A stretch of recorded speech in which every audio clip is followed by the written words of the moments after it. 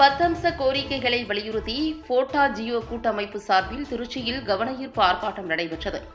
திருச்சி மாவட்ட போட்டா ஜியோ கூட்டமைப்பு சார்பில் மாவட்ட செயலாளர் மற்றும் மாவட்ட ஒருங்கிணைப்பாளர் செல்வகுமார் ஆகியோர் தலைமையில் கவனஈர்ப்பு ஆர்ப்பாட்டம் திருச்சி மாவட்ட ஆட்சியர் அலுவலகம் அருகே நடைபெற்றது.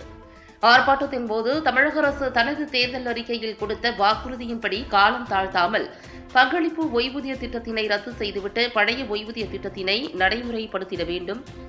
நிதி பற்றாக்குறையினால் 2020ஆம் ஆண்டு முதல் நிறுத்தி வைக்கப்பட்ட சரண்டர் விடுப்பு ஒப்படைப்பினை 1/4/2026 முதல் வழங்குவதாக அறிவிப்பு வெளியிட்டிருப்பதை முழுமையாக ரத்து செய்துவிட்டு 1/4/2025 முதல் நடைமுறைப்படுத்திட ஆணை வழங்கிட வேண்டும்.